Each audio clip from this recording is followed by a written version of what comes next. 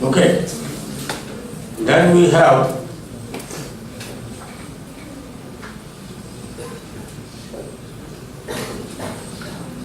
this f of the fellow or f of dot fellow. For this variable,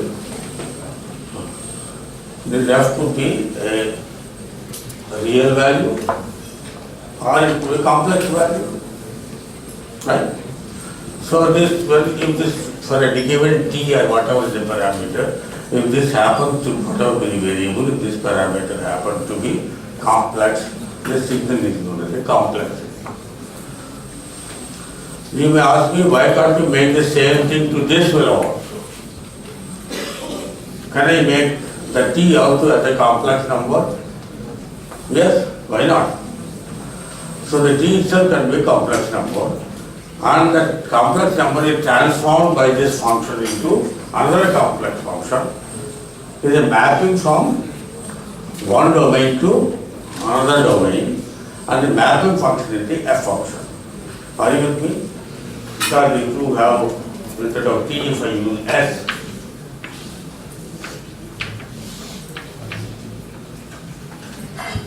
then this is the impedance, let us say. You are familiar with this. It's a mapping, right? So this function is a complex to complex. And so for every value of s here, there is a value of z here, having a real part and an imaginary part. And both the real part and imaginary part depend upon both these variables here, which we call as sigma and omega. And this real part and this imaginary part are the functions of these two variables, which is real part of s and imaginary part of omega, has very important properties which we study in this course. That how does it vary with respect to, because we already have some sense of it when we discuss the driving point impedance function, right? So where this transformation takes place, driving point impedance should not have any poles on the right of plane, it should always be on the left of plane. So we, in this transformation, this function z of s, which is the driving point function, should not have any poles on the right of plane. Because that is the requirement for the z of s. Similarly, we come to such properties of that function as we go along, but I think the clues are from making this complex and this complex. In fact, we use this extensively when we come to Laplace transform theory. We will come to descriptions like this, where the variable is a complex and then a mapping takes place to another function. And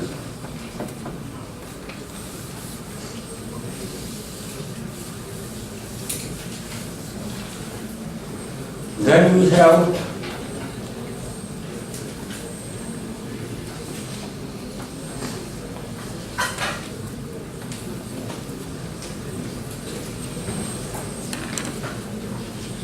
if I plot a function t versus f of t, as t is going on from minus to plus infinity, for each value of t is a defined value of f, so there is some function.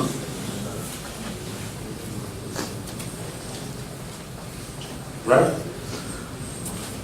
But the function I have drawn here is a beautiful function, you will see very well behaved honest fellow.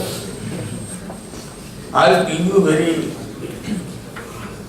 shallow now, where it goes like this and comes back like this.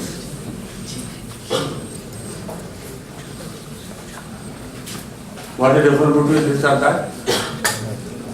For every t, there is a single value of f of t in this case. And here there is a very t, there is a t for which there are multiple values. So this function is called a multi-valued function and this function is called a single valued function. Okay?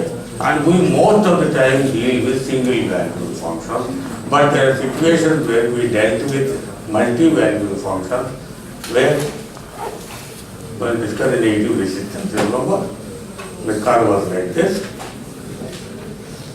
So we do come across multi-value signals, and for example, this switch trigger hysteresis is a multi-valued function, and we do come across a multi-valued function. So all kinds of functions we deal with in this subject. Then a very big class of signals, which are, whatever I have said here, can be translated into random signals, right? So this is all deterministic signals, and whatever I have said about this can also be described for a random signals. And most of the time in electrical engineering, we deal with random signals. We would like to do this. The reason is that, I said it many times, and I think you should know this, that if the signal is known a priori, there is no information. The randomness in this signal is what gives you information. Right? If somebody tells me sun rises in east, there is no information, right? Sun has to rise in east. Where somebody says today that sun has risen in west, I think you call him a fool, or some unusual phenomena have taken place. A tremendous amount of information is the uncertainty of this. The uncertainty is built into randomness.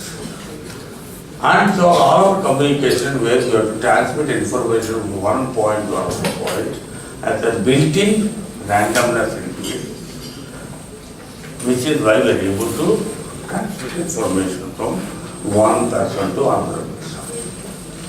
So all these signals what I have mentioned here, all the same classes of signals I can now discuss in terms of a random signals. Only unfortunate, difficult part of it is, here I can write f of t as equal to t as an equation here. There I can't write such equations. There is some amount of randomness built into it. And how do we discuss the randomness? In terms of probability distributions, right? So we discuss the random processes in 102. And the same ideas will extend to see how to deal with such signals passing through systems.